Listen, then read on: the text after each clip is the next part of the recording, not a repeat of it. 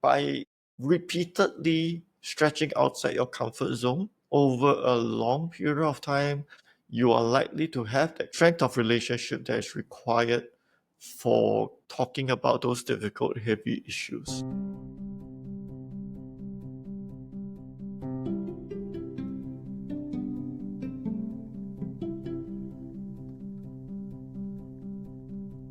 The journey to becoming a coach was much less an inspiration and more an incremental iteration of my experiences and my response to various situations. I started out as a civil servant. That was my first full-time job after leaving school. After working in the civil service for about 3 or 4 years, I felt like it was my calling to leave the civil service to start my own business. I didn't really know what to start, some skills as a software engineer. And so what I did was that I started a company called The Shipyard. And this company was basically a software development firm. Entrepreneurs or businesses would come to us for help to get certain ideas prototyped, to get software built. And so me and my business partner would get them built and we would get paid for it. So that was the first business. So what happened over a period of time was that we started to realize that just being two of us building software, we couldn't get the business past a certain point. We needed a team. And that was kind of like the point of time in my life that I realized that every software that I built had a very limited lifespan. And every single code I wrote, every single library I created, everything that I did in the software space had very short longevity, right? It had a very short lifespan. What I felt would endure better would be to have a team. And so we started to put in place a team, and then with a team I started to realize that I needed processes for the team to be able to work well together. And so then we went into Agile, into Scrum, into learning how to develop software in the best way that we could. Subsequently, I started to realize that having a team was not sufficient because a team is limited by the personalities and the individuals that are participating in the team. I realized that if, let's say, an individual on the team was facing some personal challenges, or they have a teamwork problem, or they have a problem communicating with one another, then the team would not be able to perform as good as it could be. And I realized that I needed to get in on that individual relationship with each person and to understand what challenges they're facing and to really learn how to journey with them through the challenges and give them the best environment that they can to perform the best that they could. And so that actually lays the foundation of what coaching is. And I started to see that a lot of what I was doing one-on-ones, having conversations, trying to understand what people's fears are, what their desires and hopes and dreams are, and how we could address them, how we could navigate the situation in light of them. All of these things lays the foundation of what is now known as coaching.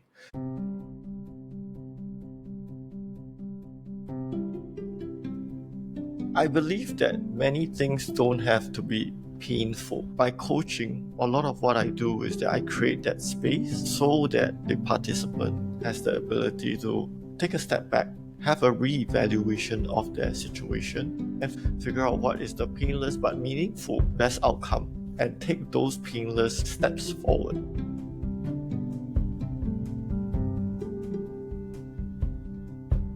If you think about the top athletes, Messi, Michael Jordan, Michael Phelps, I am sure that all of them have a coach. To say that you don't have time for coaching is similar to saying that a race car has no time to change their tires or to refill or to refuel. It's similar to saying that I am so high performing that I don't need to rest. Anybody who has performed at a certain level knows that in order to maintain performance at a certain level, it requires that diligence in performing retrospecting. It requires that diligence in executing reviews. It requires that diligence in creating that kind of space and safety required for you to grow and for you to recover. So I think what is more likely is that you're receiving coaching in perhaps more informal forms. Let's say you have a group of friends that is able to provide you that kind of support that you need.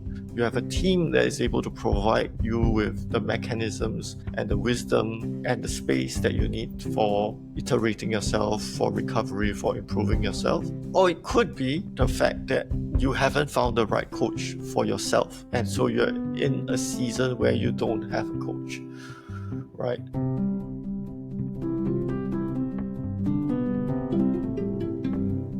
If you feel that you are getting judged in a coaching session, you should probably have a conversation with your coach. It could be that you don't have the right coach and you might want to change coaches. In order to do the heavy lifting of tackling the issues in life, you need to be vulnerable. I feel that the path towards vulnerability is just sharing 10%, 20% outside of your comfort zone. But as you build a relationship with your coach, try to reach maybe 10%, 15%, 20% outside of your natural comfort zone. That means you should be reaching out to talk about matters that you likely wouldn't be too comfortable sharing with your friends, or sharing with your team, or sharing with your boss in a public setting. By repeatedly stretching outside your comfort zone over a long period of time, let's say 3 months, 6 months, you are likely to have the strength of relationship that is required for talking about those difficult, heavy issues. And I think that's how you strengthen that relationship muscle, and that's how you build that kind of space for yourself together with a coach to have vulnerable conversations, to have open, authentic, empathetic, powerful conversations. Thank you. Thank you so much for watching. Hope to see you in a coaching session soon. Please like or subscribe. There is a website. It's https://greater.dan.today. I put most of the new things that I'm learning, my thoughts and insights, all on the website, so please do check it out. I'll see you next time.